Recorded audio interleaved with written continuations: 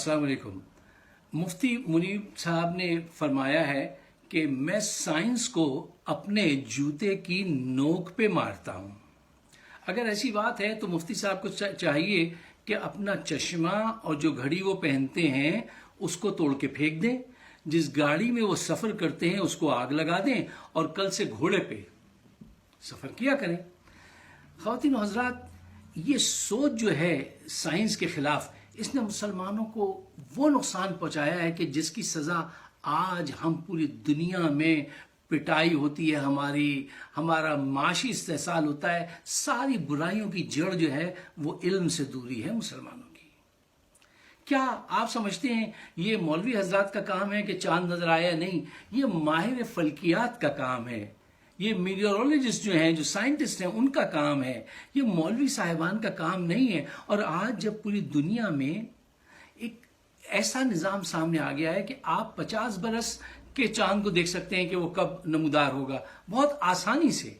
तो हम भी ये कर सकते हैं, इंडोनेशिया में भी उन्होंने ये किया हुआ है। लेकिन हमारे जो मौलवी साहिबान हैं वो इस्लाम को सिर्फ रिचुअल्स की हद तक रखना चाहते हैं। नमाज, रोज़ा, हज, ज़कात, उससे आगे सोचने पे पाबंदी है।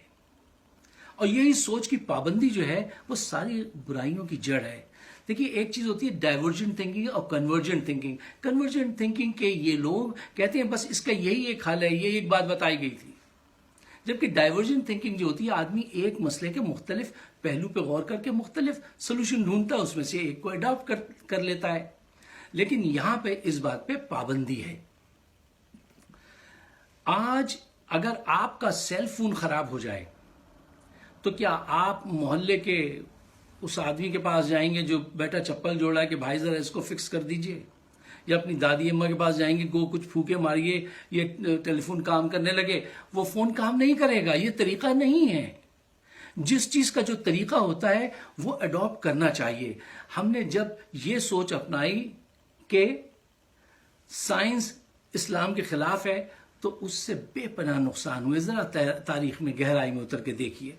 8वीं सदी ईस्वी से 14वीं सदी ईस्वी तक दुनिया में अगर 14 बड़े साइंटिस्ट थे तो उसमें से 10 बड़े साइंटिस्ट मुसलमान थे।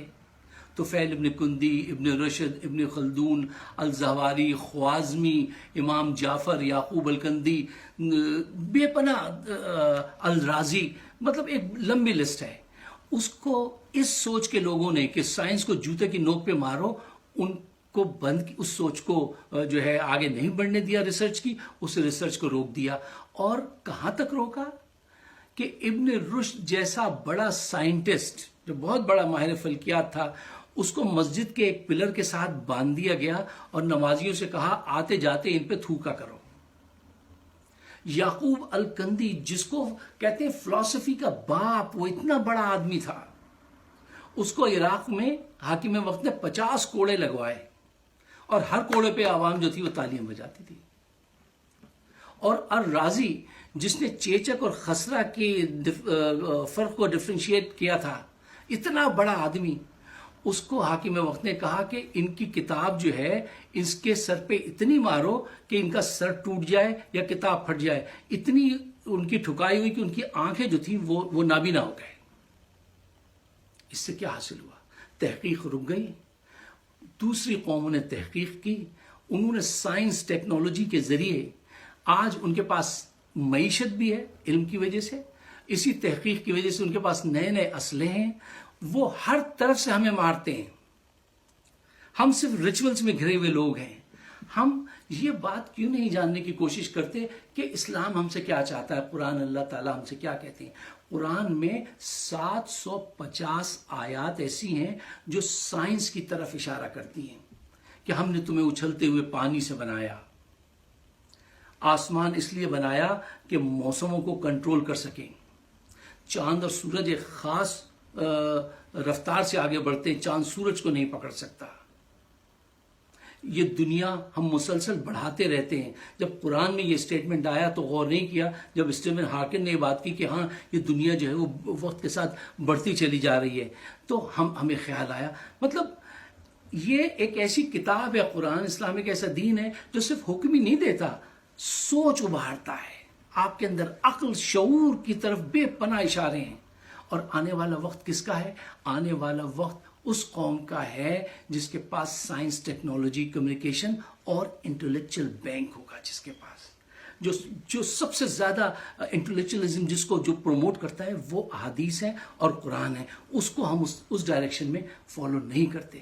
آپ کو پتا ہے اس کا کیا انجام ہوا ہے کہ دنیا نے انڈسٹریل ریولوشن دیکھا، ہم پیچھے رہ گئے، کہاں سے کہاں پہنچ گئے. آج اس دنیا میں 2050 میں مسلمانوں کی آبادی دوگنی ہونے والی ہے، اور ہمارا کیا انتظام ہے، ہماری کیا تیاری ہے. آج 40% مسلمان میل پڑھ نہیں سکتا، لکھ نہیں سکتا. 65% عورتیں مسلمان وہ لکھ پڑھ نہیں سکتی. آپ کو پتا ہے کرسچن دنیا کا 40% بچہ کالج افورڈ کر سکتا ہے، جا سکتا ہے. مسلم ورلڈ کا 1%. صرف جاپان اتنا چھوٹا سا ملک ہے، اس میں اتنی یونیورسٹیز ہیں جتنی 61 اسلامی ممالک میں نہیں ہیں. یہ فرق کیوں ہے اور یہ فرق کیا کرے گا؟ یہ فرق ہمیں ان کے تسلط میں اور دیتا چلا جائے گا. ہمیں چاہیے کہ اپنی آنکھیں کھولیں، مذہب کو صحیح معنی میں سمجھیں. مذہب نے کبھی یہ نہیں کہا کہ جو ہے آپ تحقیق نہ کریں. یہ سوچ جو ہے نا کہ جب لاؤڈ اسپیکر آیا تو مولوی صاحب نے کہہ دیا ارے یہ شیطان کا کام ہے، اس پہ تو اذان مت دینا، اذان نہیں ہوگی. ٹھیک ہے نا. اچھا وہ جب چاند پہ انسان پہنچ گیا تو کہیں گے ارے ارے روکو روکو روکو ان کو، یہ خدا کے معاملات میں دخل اندازی کر رہے ہیں. پھر کہیں گے یہ چاند پہ گئے ہی نہیں ہیں، یہ جھوٹ بولتے ہیں. دیکھیے دنیا چاند پہ پہنچ گئی، ہمیں چاند نہیں نظر آتا، جبکہ ساری چیزیں موجود ہیں، ہم دیکھ سکتے ہیں، آگے بڑھ سکتے ہیں. ہمیں اپنے اندر وہ ہمت پیدا کرنی چاہیے کہ ہم ایسے لوگوں کو جا کے بات کریں کہ نہیں صاحب یہ بات آپ غلط کہتے ہیں. ہم آپ کا احترام کریں گے، آپ کو سلام کریں گے، آپ سے محبت کریں گے، لیکن اگر آپ ہمیں بیکورڈ پیچھے کی طرف پھینکیں گے تو وہ بات ہمیں منظور نہیں. سائنس اور ٹیکنالوجی، دیکھیے ہر علم جو ہے وہ اللہ اور اس کے رسول کے بتائے ہوئے اصولوں کی روشنی میں ہمیں پڑھنا چاہیے اور اس کو اپنانا چاہیے. اور اگر آپ دیکھ لیں تو پہلا لفظ آپ صلی اللہ علیہ وسلم نے پڑھا، پڑھو. ٹھیک ہے نا. مطلب کتنی محبت تھی آپ صلی اللہ علیہ وسلم کو علم کے ساتھ. ہمارا علم سے کیا تعلق ہے؟ ہم روز بروز کمزور ہوتے جا رہے ہیں، اور ہماری مساجد، ہمارے مولوی صاحبان کیا کر رہے ہیں؟ پیسے جمع کر رہے ہیں. جیسے 15 سینچری میں مارٹن لوتھر نے ایک رومن کیتھولک چرچ میں جا کے ان سے صاف صاف کہہ دیا تھا کہ you are selling heaven for money. تم جنت بیچ رہے ہو اور چھوٹی چھوٹی باتوں کے لیے پیسے مانگتے ہو. یہی آج مسجدیں کر رہی ہیں. مولوی حضرات کیا کر رہے ہیں؟ پیسے جمع کر رہے ہیں، اسلام کو بھیج رہے ہیں. کوئی تعویذ بیچ رہا ہے، کوئی نالج بیچ رہا ہے، کوئی بس اسی کاموں میں ہے. تحقیق کب ہوگی؟ اس تسلط سے ہم کب نکلیں گے؟ اس رسوائی سے جو آج پوری دنیا میں ہر طرف پٹائی ہے، ناداری ہے، غربت ہے. اس سے نکلنے کا طریقہ یہ ہے کہ جدید علوم کو اللہ بھلا کرے سر سید احمد خان کا کہ 18ویں صدی میں وہ جب انگلینڈ گئے انہوں نے دیکھا اور انہوں نے آ کے ایک نیا باب کھولا. تو آج ہم اور آپ کچھ شعور، کچھ فہم، کچھ ادراک رکھتے ہیں. اگر یہ نہ ہوتا تو حالت بہت خراب ہوتی. اب ہمارا آپ کا سب کا فرض ہے کہ ہمیں بھی ایک جرت کا اظہار کرنا چاہیے. ہم سمجھتے سب بات ہیں، اپنے مولوی سے ڈرتے ہیں کیونکہ مولوی کے پاس ایک ڈنڈا برادر فوج ہوتی ہے جو آپ کے پیچھے لگا دیتے ہیں. وہ اس سے نہیں ڈرنا چاہیے، اللہ سے ڈرنا چاہیے، اپنی نیت کو پہچاننا چاہیے اور اس کام کو اب تیز تر کرنا چاہیے. آپ سب کا بہت بہت شکریہ. آپ میری ویڈیوز یوٹیوب پر اور فیس بک پر واچ کر سکتے ہیں. Please share my channel. Thank you.